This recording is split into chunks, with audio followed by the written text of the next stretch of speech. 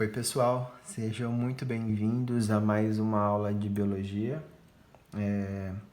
Hoje é dia 27 e nós vamos tratar o módulo 3 da nossa frente, de número 2, que é Protozoários 1.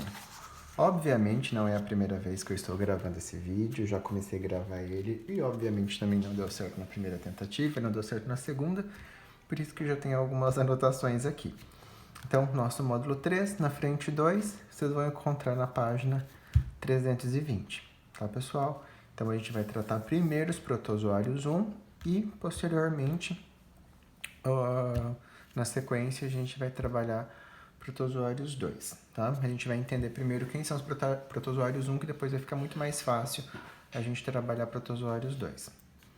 Bom, pessoal, eles são classificados, os protozoários, dentro de um filo que a gente chama de protista ou protoctista, tá? Antigamente, eles eram descritos como animais unicelulares, tá? Então, eles fazem parte desse filo protista. Eles são classificados nesse filo por conta da função vital que eles têm, o tipo de habitat têm e a forma de reprodução. Aí eles se enquadram, todos os indivíduos que apresentam função vital, habitat e reprodução similares, como eu vou descrever para vocês daqui a pouco, fazem parte desse grupo, desse filo protista. Tem várias classes de animais que se enquadram no filo protista. Tá bom, pessoal?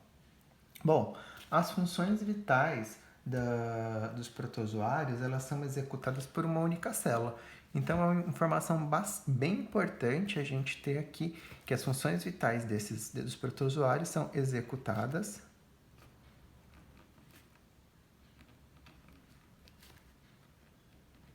por uma célula, por uma única célula.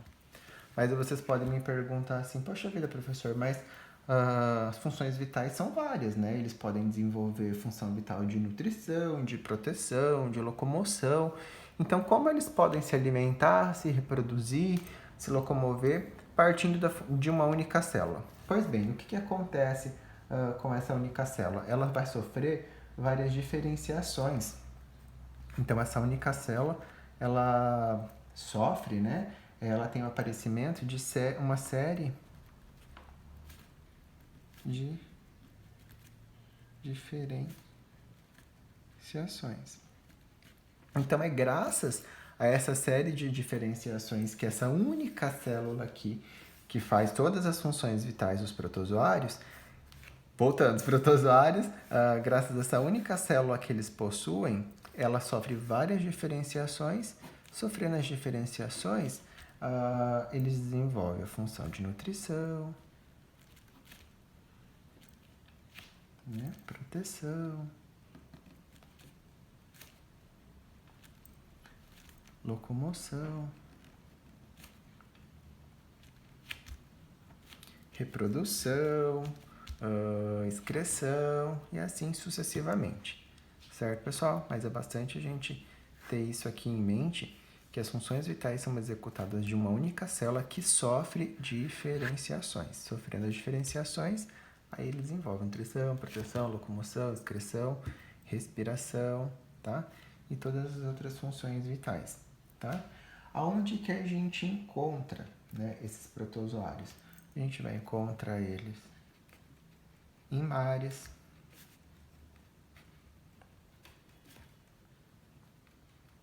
em água doce também, e existem espécies que são parasitas. Tá? O que são os parasitas? Parasitas é tudo aquilo que tira proveito de um outro indivíduo sem oferecer nada em troca. Tá? Então, vamos tentar imaginar uma situação onde existe um casal, onde só tem uma pessoa, só doa, só ela que se doa mais pelo outro e o outro não faz nada. Né? Esse que não faz nada, ele está parasitando toda a doação que aquele outro está dando para ele. Estão entendendo, pessoal? Espero que vocês estejam entendendo. Então, parasita é tudo aquilo que tira proveito. Vamos ver, ficou mais fácil. Que tira proveito de um outro indivíduo sem oferecer nada em troca. Enquanto ele está tirando proveito daquele outro indivíduo pode até morrer. tá? Porque ele está sugando tudo de importante, tudo de nutrientes que aquele outro indivíduo tem. Daqui a pouco, quando a gente classificar, aqui nos próprios flagelados, que é a primeira classe de protozoários que a gente vai mencionar, vão ter vários parasitas. Aí vai ficar mais fácil a compreensão. Tá bom, pessoal? E o tipo de reprodução que os protozoários têm, elas podem ser assexuada, pode ser sexuada, e tem um outro tipo que ocorre que chama encistamento. Encistamento. Vou falar agora para vocês de forma individual de cada uma delas, tá? A reprodução sexuada, ela pode acontecer por divisão binária. O que é isso, divisão binária? É quando não tem a fusão de gametas. Então, a reprodução assexuada por divisão binária, ela é sem fusão de gametas. Então, aqui não tem um gameta do indivíduo fêmea e do indivíduo macho que se fundiram, que deu origem a um novo indivíduo. Não existe isso aqui, tá? Então, a assexuada ela é sem fusão de gameta, então vai ter uma divisão de um indivíduo, né? Ele vai se dividir ao meio, né? E vai dar origem a dois indivíduos idênticos. Então, não tem fusão de gametas, um único indivíduo, ele sofre divisão ao meio e vai dar origem a dois indivíduos idênticos, certo, pessoal? Então, é sem fusão de gametas, tem a divisão ao meio, tá? É reprodução assexuada. A reprodução sexuada é por meio de fusão de gametas, né? Então, aqui a assexuada por meio de fusão.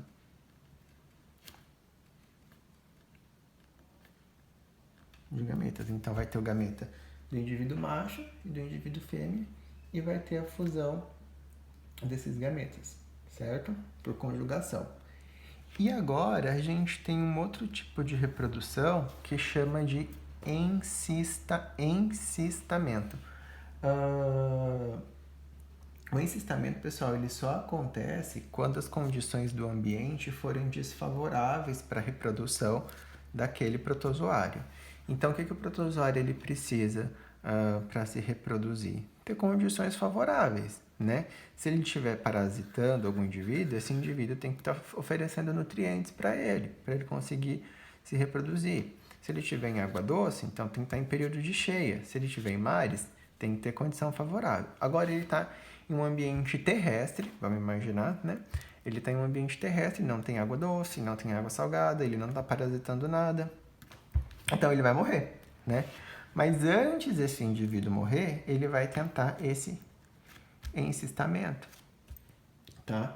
Que é quando o ambiente não está oferecendo condição para ele reproduzir. Então, o que ele vai fazer? O citoplasma dessa célula aqui, ele vai sofrer uma desidratação, tá? Ele vai diminuir o volume do citoplasma dele e ele vai secretar uma membrana resistente, tá? Que vai estar isolando o meio externo. Então, dizendo mais uma vez, reforçando, ele vai perder o volume, ele vai diminuir o volume, né? Se ele era deste tamanho aqui, ele vai diminuir o volume dele, né? Vai dissecar, né? Vai se desidratar, diminuir o volume do citoplasma e ele vai secretar uma membrana de proteção, tá? Até mudar aqui a cor para vocês fazerem uma associação de resistência, que vai estar isolando ele do meio externo. Ele vai se tornar um cisto, tá? Ficou um cisto pequenininho. Ele não tem como se locomover, ele não tem flagelo, ele não tem cílio, ele não tem nada. Então, ele ia ficar paradinho ali. Então, como que ele vai se locomover? Essa locomoção vai acontecer? Ele vai depender de água, né? Caia numa corrente de água, em um rio, por exemplo, e vai dando condições para ele. Ele pode também se movimentar através do vento, né? Bater uma ventania aqui e empurrar esse cisto para um lugar onde ofereça condições para ele sair desse encistamento. Então, digamos aqui que ele caiu numa corrente de água ou que o vento levou ele para longe. Ele chegou em um outro lugar, ele chegou em um lugar onde ele teve condições agora de se reproduzir. Então, o vento bateu uma ventania e derrubou esse cisto em uma poça de água, por exemplo. Ele precisa de água, então agora ele consegue se reproduzir. Então, o que vai acontecer? Ele encontrou condições ambientais favoráveis, esse cisto vai se abrir. Então, esse cisto, ele quando deixa eu colocar, quando encontra condições ambientais favoráveis, eita, favoráveis, ficou estranho, favoráveis, ele abre, certo? Isso que acontece no encistamento. Deixa eu dar uma olhadinha aqui para ver se a angulação tá boa. Certo, pessoal? Então, os tipos de reprodução de protozoário pode ser assexuado, sem a fusão de gametas, sexuada com a fusão de gametas ou encistamento, tá? Que só vai acontecer encistamento quando o meio não oferece condições favoráveis para ele, ele vai perder o volume de citoplasma, vai criar uma proteção, vai desenvolver uma proteção, e quando o vento ou a água bater nesse cisto e der condições para ele se reproduzir, né, se abrir, ele vai encontrar condições ambientais favoráveis e ele vai abrir. Certo, pessoal? Então, agora a gente vai classificar os protozoários de acordo com a locomoção. Então, a gente tem 4 tipos de classes de protozoários, tá?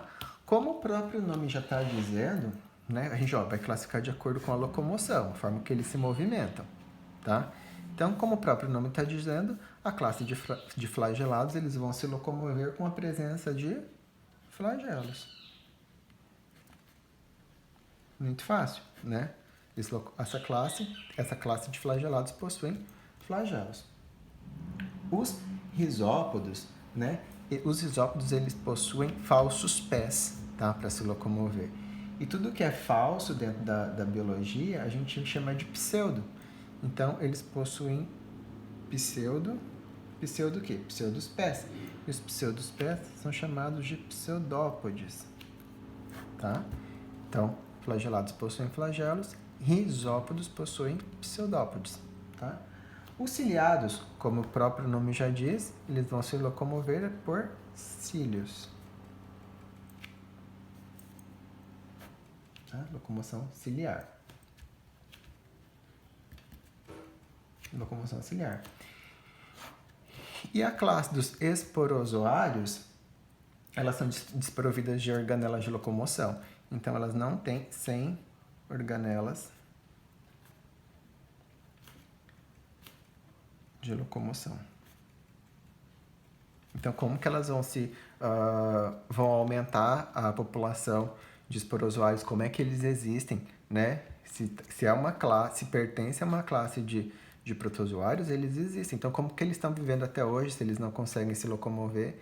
Eles vão se locomover através do vento, através de água, né? Através de um parasita, tá? Então, eles não conseguem se locomover, mas o vento empurra eles, a água, né? Então, eles são dependentes de uma força externa para conseguir se locomoverem, tá? Dentro do protozoário 1, pessoal, a gente estuda os flagelados e os risópodos, tá? Então, agora, a gente vai falar dos flagelados, que eu acredito que quando eu for falando deles para vocês vão começar a reconhecer alguns nomes, alguns termos que vocês já ouvem no dia a dia, ou pelo menos já ouviram alguma vez na vida. Então, como acabamos de dizer, os flagelados, o grupo, a classe dos flagelados, eles se locomovem por meio de flagelos. Então, aqui eu desenhei um protozoário flagelado para vocês, e essa regiãozinha aqui é o flagelo, tá? É o apêndice locomotor dele. Vocês lembram que apêndice é toda e qualquer estrutura que parte do corpo, que parte do segmento do corpo de um indivíduo que dá uma função de locomoção, de alimentação, garras, né, antenas, as patas de locomoção são todas apêndices. Então, o flagelo do nosso protozoário é a estrutura locomotora dele, né? O flagelo é a estrutura locomotora, ou seja, é um apêndice, tá? Então, é um apêndice fininho, né? Ele se movimenta de uma forma helicoidal, né? A gente fala dentro da biologia com a forma helicoidal. Então, em helicoidal, a gente vai pensar em uma hélice, né? De um helicóptero, né? Que tem esse movimento aqui. Ou de uma hélice de... Como que é o movimento? Ou uma hélice de um navio, né? Então, ela fica rodando aqui. Esse flagelo, ele fica sempre girando para esse protozoário conseguir se movimentar, né? Então, vai dar impulsos no meio líquido, né, para ele se movimentar. Eles são indivíduos bastante primitivos, são indivíduos bastante antigos, né, e eles foram derivados de algas unicelulares, né, mas a gente tem que pensar em algas como um indivíduo verde, porque eles possuem clorofila, né. Então, ao longo da evolução, algumas algas unicelulares foram perdendo a clorofila e aí a gente conseguiu chegar a esses protozoários flagelados, tá? Então, esse primeiro grupo aqui de protozoários flagelados, além de produzirem, obviamente, o flagelo como apêndice de locomoção, a gente pode encontrar eles, o habitat deles, né? A grande maioria deles é de vida livre, então, maioria vida livre. Isso aqui a gente falando em habitat. Né? A maioria tem vida livre, mas a gente também pode encontrar eles em mares e água doce. Tá? Mas a grande maioria deles é vida livre. E a gente também tem os parasitas. Tá? Dentro da biologia, dentro do estudo proposto para vocês, a gente vai estudar os principais parasitas que a gente encontra nos seres humanos. Deixa eu só dar uma olhadinha aqui no ângulo, ver se eu virar aqui a página vocês ainda conseguem ver bem. Bom, a gente vai mencionar nessa nossa aula aqui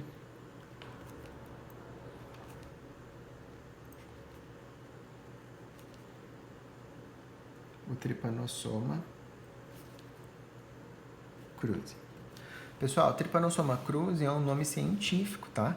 Então, todo nome científico, quando a gente digita ele, a gente tem que dar um destaque. Como eu escrevi, não digitei, o destaque que eu vou dar aqui no Trypanosoma cruzi vai ser grifar, tá? Porque é um nome científico, a ABNT, né, que é a Associação Brasileira de Normas Técnicas, exige, então a gente deixa ele sempre grifadinho. Isso é uma informação bastante importante para questões de normas para o futuro de vocês. Então, nome científico, quando você está escrevendo, você tem que sempre deixar grifado. Se você está digitando, ou você põe em negrito, ou você põe em itálico, você altera a fonte do restante do texto. Então, pessoal, Trypanosoma cruzi é um protozoário flagelado, tá? É um dos protozoários flagelados que a gente vai estudar aqui. Então, a gente vai mencionar uns 4 ou 5 protozoários flagelados. Então, o que ele causa, né? Ele é o causador da doença de Chagas.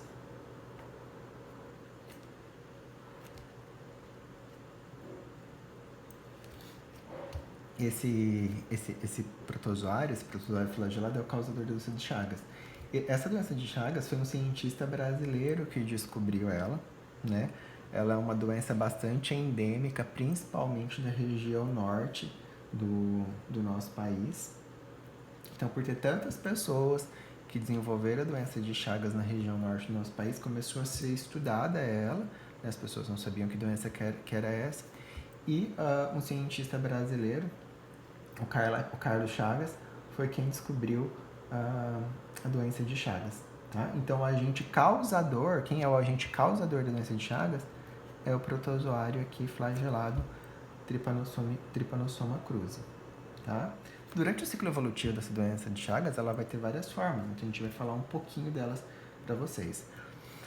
Então, o causador é o Trypanosoma cruzi, que é o nosso protozoário flagelado, mas o transmissor dessa doença, quem transmite ela para os seres humanos, é um inseto. É um inseto hemíptero. O que é um inseto hemíptero, pessoal? É um inseto que tem asas, tá? Que voa, né? Possui asas, que é o barbeiro.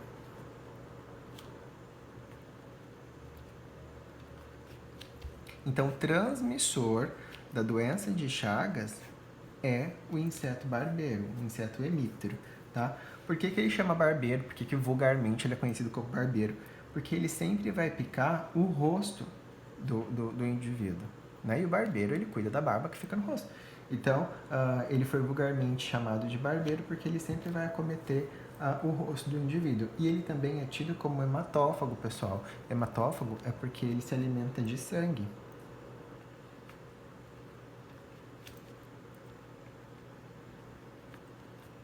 Certo? Então, ele se alimenta de sangue, ele é hematófago, tá?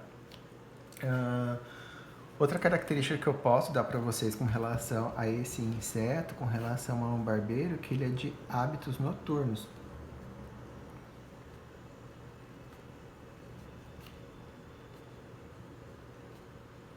Ele é um inseto grande, ele chama bastante atenção. Então, para ele conseguir picar, sugar o sangue do indivíduo, esse indivíduo está dormindo, né? Então, ele está sempre em atividade durante a noite, porque ele é grande, ele chamaria bastante atenção. Então, quando o indivíduo está dormindo, ele repousa, né? Ele pousa no rosto do indivíduo e ele introduz, né? Ele pica e começa a sugar o sangue do hospedeiro. Mas não é no picar que ele vai estar inoculando, vai estar introduzindo o Trypanosoma cruzi, não. Não é durante picar que ele introduz o nosso protozoário de estudo aqui, não. Então, ele está picando o indivíduo e automaticamente, enquanto ele está sugando, porque ele é hematófago, então hematófago aqui a gente sempre vai relacionar a sangue, ele está se alimentando desse sangue. Enquanto ele está se alimentando do sangue, ele está eliminando glândulas salivares ali, né? Que o indivíduo está dormindo, ele não está sentindo aquela picada. E aí, enquanto ele está se alimentando do sangue do indivíduo que está sendo parasitado, ele começa a eliminar fezes. E é nas fezes que a gente vai encontrar o nosso protozoário Trypanosoma cruzi, tá? Então, imagina só, o indivíduo está lá dormindo, um inseto grande repousa no rosto desse indivíduo e introduz, começa a picar, né? Ele está se alimentando do sangue do indivíduo e enquanto ele está se alimentando, ele está liberando fezes.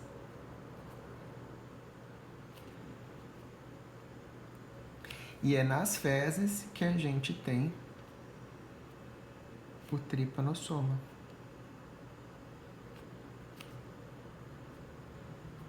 Tá? Grifar aqui, grifar aqui. Então tá, ele terminou de se alimentar, terminou de liberar as fezes e aí ele vai embora. Quando ele sai, quando ele tira o bico dele da pele do hospedeiro, aquilo começa a incomodar. E aí o que a pessoa vai lá e faz? Vai coça.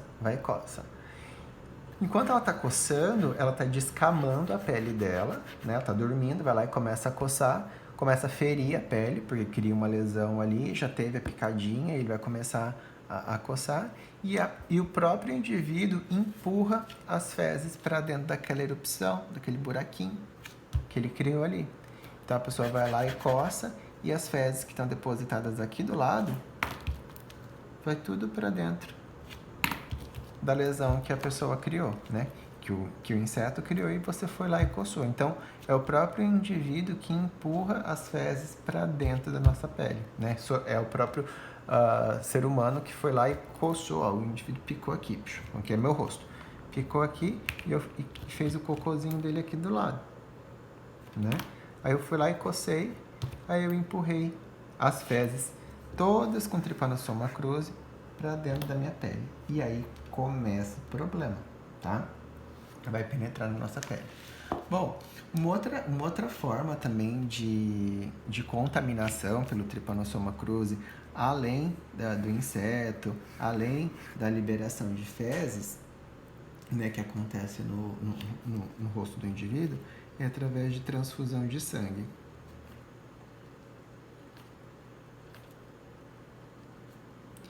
Isso vem acontecendo cada vez menos, pessoal. Eu posso falar para vocês porque eu trabalhei em banco de sangue.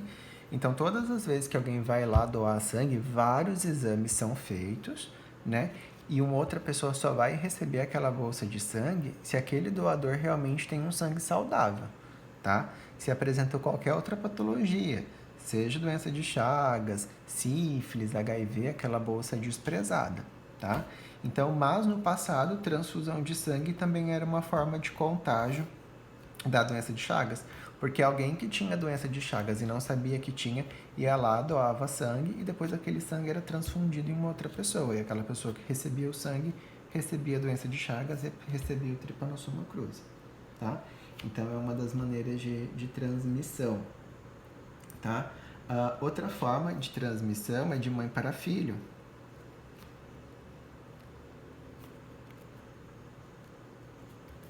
Então, como é uma doença que não existe cura para ela, a mãe que lá no passado ou ela recebeu uma transfusão ou ela foi picada pelo barbeiro e ela tem a doença de Chagas, se ela tiver um filho, quando ela tiver um filho, com certeza o filho também vem portador da doença de Chagas, tá? Então, de mãe para filho também é uma forma de transmissão.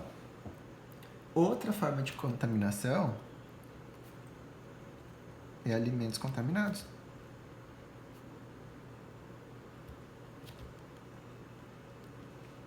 Teve uma época que se falava muito do caldo de cana, do açaí, né, que vem lá da região norte, que eles estavam contaminados com fezes de barbeiro, e aí quando passava pela máquina para triturar a cana ou para triturar o próprio açaí para fazer o açaí que a gente consome hoje em dia, ele estava contaminado com as fezes do barbeiro, e a gente acabava se alimentando de alimentos contaminados, de caldo de cana ou do próprio açaí, e aí desenvolvia a doença.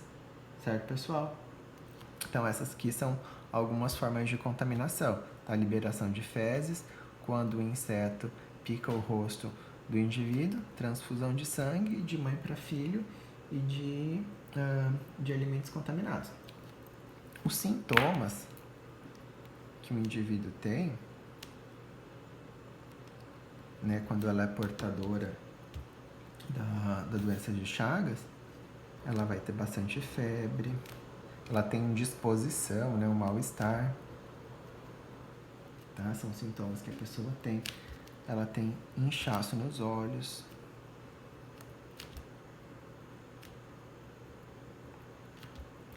e alguns outros sintomas.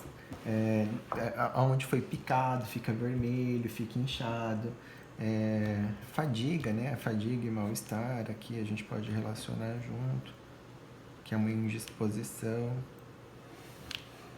tá? Que mais que a gente pode mencionar? E em fase final... Opa, eu coloquei fadiga, isso aqui, esse acento aqui não tem, né? Fadiga. E quando essa doença ela evolui, isso aqui a gente está falando em fase inicial, né? Aí, quando em fase terminal, em fase avançada, a pessoa ela tem insuficiência cardíaca, ela tem dificuldade de respirar, ela vai ter um aumento no esôfago dela, tá? O batimento cardíaco do portador da doença de Chagas fica irregular, porque as fibras do coração elas vão ficando mais enrijecidas. Então, aquele movimento que o coração tem, ele vai ficando mais enrijecido, vai ficando mais irregular. Então, em fase crônica, essa dificuldade de batimento cardíaco, essa irregularidade do batimento cardíaco, a gente chama de cardiopatia, ela começa a acontecer. Tá bom, pessoal? Vou virar a página aqui para a gente falar de prevenção.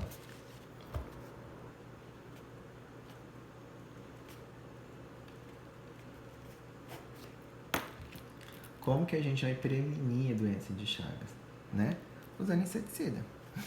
Bem simples assim, né? que é uma maneira de estar controlando a população desses insetos, né? Do inseto barbeiro, né? A gente menciona aqui a melhoria de casas rurais. Mas vamos lá, deixa eu explicar isso aqui para vocês. Como eu falei para vocês anteriormente, o barbeiro, a doença de Chagas, ele é bastante endêmico na região norte do nosso país, né? Na região norte existia, se existe até hoje, um hábito das pessoas elas construírem as casas delas usando barro, né? Um material não tão pavimentado, né, como as nossas construções aqui na nossa região. Então são regiões que a moradia são mais simples, né, são estacas de madeira, vão lá e colocam barro, né, para pavimentar as casas. E o mosquito barbeiro, ele mora nesses espaços, dessas construções, nessas casas mais rústicas. E aí eles vão vivendo e à noite eles saem para sair picando a galera que mora naquela casa. Então, na região norte, se alguém chega lá com esses sintomas, febre, mal-estar, inchaço nos olhos, inchaço na região onde foi picado, o médico, o farmacêutico já vai suspeitar de imediato de doença de Chagas. Se aqui, no Centro-Oeste, aqui em Bataguaçu, a gente chega com febre, mal-estar, inchaço nos olhos, dificilmente alguém vai pensar de imediato que é doença de Chagas, porque aqui não é tão endêmico, não acontecem com tanta regularidade. Mas na região norte do nosso país, a pessoa chegou lá com esses sintomas, automaticamente já é uma das primeiras hipóteses. Então, melhorar as casas, melhorar as construções das casas rurais é um meio de controlar a população de mosquitos barbeiros para eles não morarem nesses espaços, né, nessas frestinhas dentro das construções das casas mais simples, lá na região norte, tá?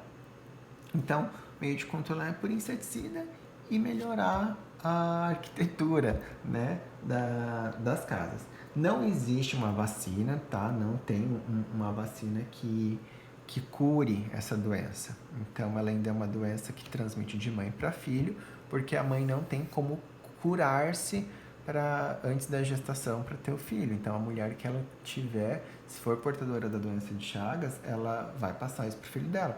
Então, o recomendado é que mulheres que são diagnosticadas com Trypanosoma cruzi, elas não tenham filhos, né? Porque senão essa criança já nasce com doença de Chagas, certo? Outro protozoário que também é flagelado é um outro Trypanosoma, mas aí não é o cruzi. É o Trypanosoma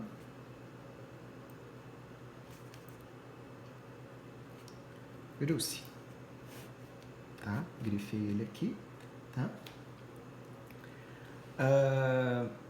Esse Trypanosoma brucei, ele tem duas subdivisões. Deixa eu colocar aqui para vocês as duas subdivisões que ele tem. Ele é o Trypanosoma brucei. Vou colocar aqui o nome que é um pouquinho mais difícil de escrever.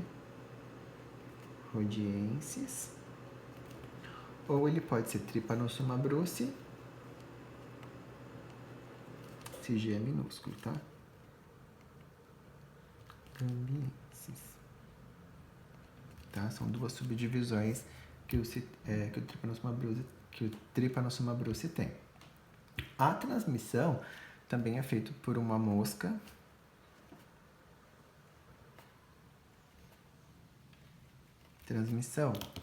uma mosca que também é hematófaga, né? Que também se alimenta de sangue. Então é uma mosca chamada, olha só o nome dela, pessoal, Tsetse. Tá? Nome bem estranho, né?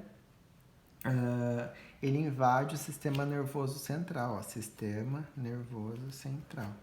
Então, esse Trypanosoma brucei, seja o rhodiensis ou gambiensis, o inseto, essa mosca tsetse, vai picar o indivíduo e ele vai invadir o sistema nervoso central desse indivíduo, tá? Ele vai invadir o sistema nervoso central, é a nossa região do nosso crânio, e ele vai provocar lesões no cérebro.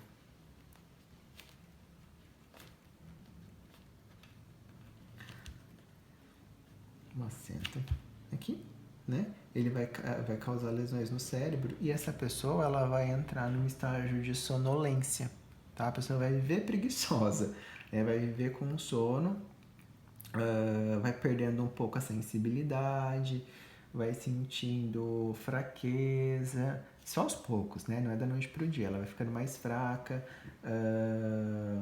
como eu falei, ela vai perdendo um pouco da sensibilidade, vai sempre estar sentindo sono, os movimentos corporais do indivíduo vai ficando mais lento porque está existindo uma lesão no cérebro, né? E o nosso cérebro, ele manda impulsos, ele manda as informações para o corpo todo, né? Então, o cérebro é o nosso computador, né? Se ele começa a dar defeito, né? Tá tendo lesão lá no cérebro, as outras partes do nosso corpo vão começar a apresentar alguns déficits, né? Então, ele vai perdendo a sensibilidade, vai sempre ficando com sono, os movimentos vão cada vez ficando mais lentos, a pessoa vai ficando fraca. E o não tratamento dessa doença vai levar o indivíduo à morte, né? Essa pode levar o indivíduo à morte, assim como o Trypanosoma cruzi também, né? Mas o não tratamento conduz a pessoa à morte. Qual que é a profilaxia? Qual que é a forma de controlar essa doença? É só combater o inseto transmissor. Então, o combate a essa mosca tsetse, tá? É ainda a única forma de profilaxia que existe. Certo, pessoal? Então, quando a gente falar de trypanosomas nos protozoários flagelados, a gente sempre vai ter como exemplo o Trypanosoma cruzi, que vai causar doença de Chagas, e a Trypanosoma brucei, que vai atacar o sistema nervoso central, causando lesões no nosso cérebro. Então, se eu colocar, por exemplo, assim, um caso clínico, o paciente chega no hospital com lentidão, canseira, sono, perdendo a sensibilidade, de acordo com seus conhecimentos. Esse paciente foi acometido por... Opa, cadê a nossa? Por um protozoário. Protozoário flagelado. Qual protozoário flagelado? Trypanosoma cruzi ou Trypanosoma brucei? Bom, pelos sintomas, a gente sabe que é o Trypanosoma brucei.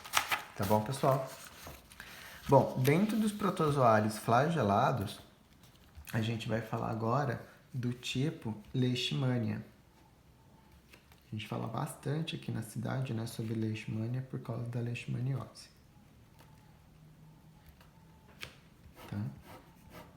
Então, Leishmania é um protozoário também flagelado. Deixa eu ver como é que tá o ângulo, só para arrumar aqui para ficar melhor para vocês.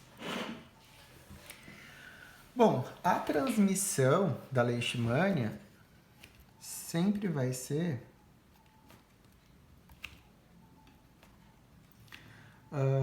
pelas fêmeas, tá? Pelos mosquitos, a transmissão, mosquitos, fêmeas. Por que sempre pelas fêmeas? Porque as fêmeas, pessoal, são hematófagas. As fêmeas se alimentam de sangue. Os machos, eles são fitófagos, que eles se alimentam de néctar. Então, as fêmeas são sempre as transmissoras, porque só as fêmeas são hematófagas. Tá? Que mosquito que é esse, professor? Que mosquito é esse? Ele chama Phlebotomum. Tá? Então, é um mosquito de um gênero Phlebotomínio. Né? Deixa eu colocar aqui com uma apostila atrás para vocês. Mosquito Phlebotomínio.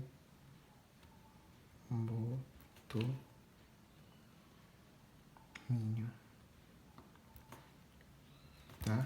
Então, se algum cachorro, né, ou algum ser humano tá com leishmaniose, você pode dar o diagnóstico, né, que ele foi picado com certeza por esse mosquito aqui, Phlebotomínio, mas por uma fêmea, porque só a fêmea se alimenta de sangue. O macho, ele se alimenta do néctar. Tá, pessoal?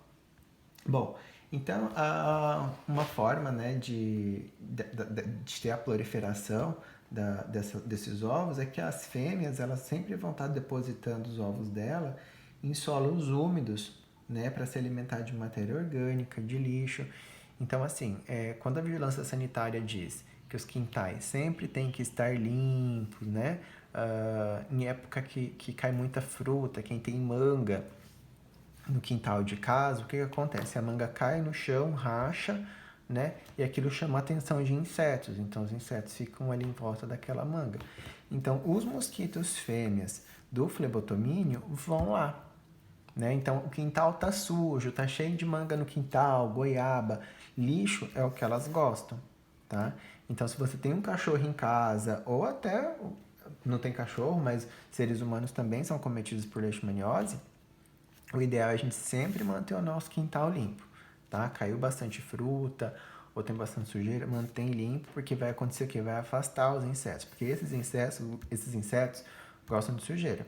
Aí o que acontece? Você limpa o seu quintal, tá super limpinho, mas seu vizinho não limpa. Então ele tá cheio de inseto e pode ir lá correr o risco de picar o seu cachorro.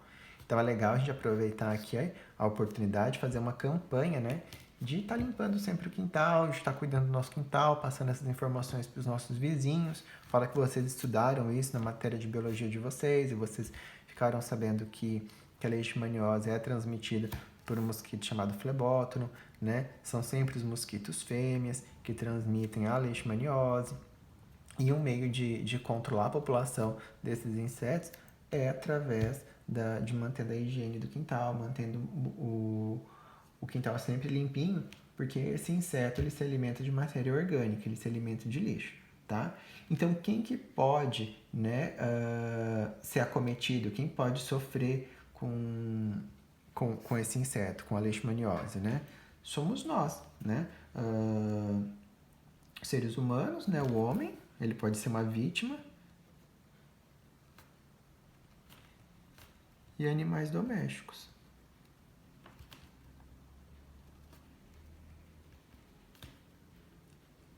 Tá? Principalmente, pessoal, os cães, tá? Os cachorros, né? São as principais vítimas aqui, né? Desse mosquito. Como é que vítimas? Para ver se sensibiliza.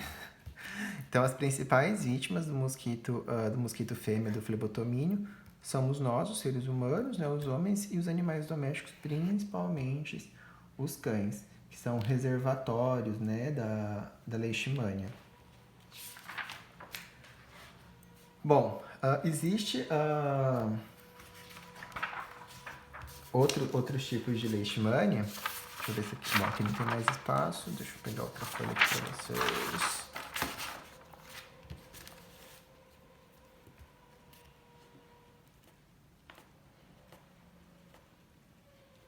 Aqui é a leishmania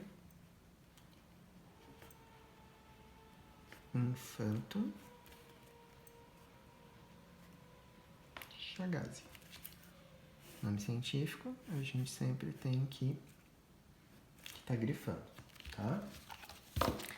Esse tipo de leishmania aqui é o que a gente chama de leishmaniose visceral. Leishmaniose visceral. Por que visceral? Porque ela vai comprometer as nossas vísceras. Esse parasita, né, ele vai comprometer, vai atacar as nossas vísceras. O que são as nossas vísceras? O nosso fígado, tá? O baço e até, pessoal, a medula óssea. Deixa eu ver como é que tá o ângulo aqui. Tá bom. E até a medula óssea.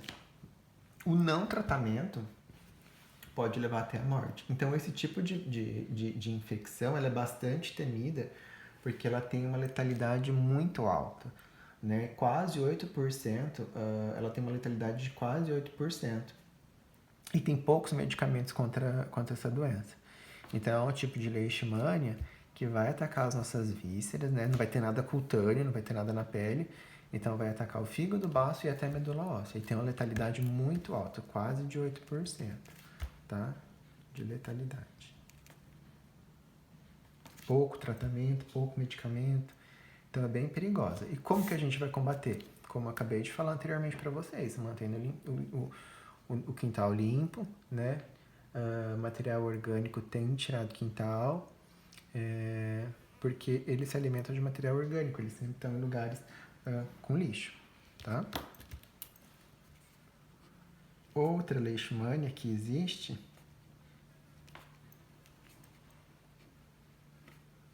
brasiliensis,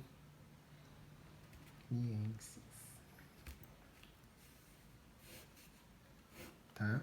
Então aqui a gente tem a Leishmania infectum chagassi, que é a Leishmania visceral, e aqui a Leishmania brasiliensis é a Leishmania que a gente fala que causa lesões cutâneas. Então essa sim vai causar lesão na pele, ou na pele do homem, ou na pele do animal, né? Então é uma leishmaniose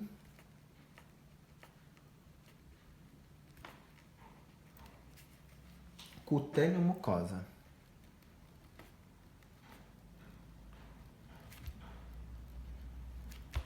Tá?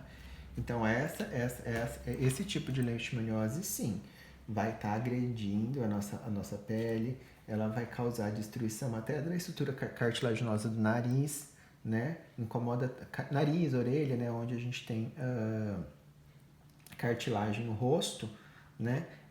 Vai provocar até deformação na face, tá?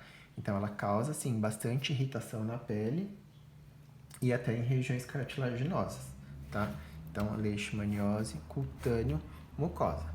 Infectum chagassi nas vísceras. Leishmania brasiliense na pele, né? Cutânea. Pele e cartilagem, né?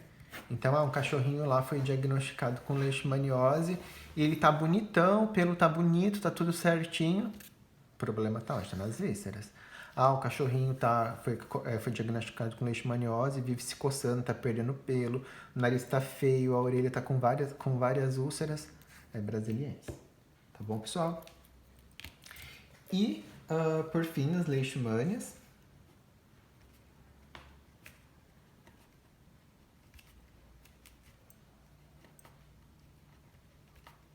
Leishmania que a gente chama de leishmania trópica. Ela também, pessoal, ela também acomete a pele. É um surgimento de grandes feridas, de grandes úlceras. Deixa eu anotar aqui. Também acomete a região cutânea. Também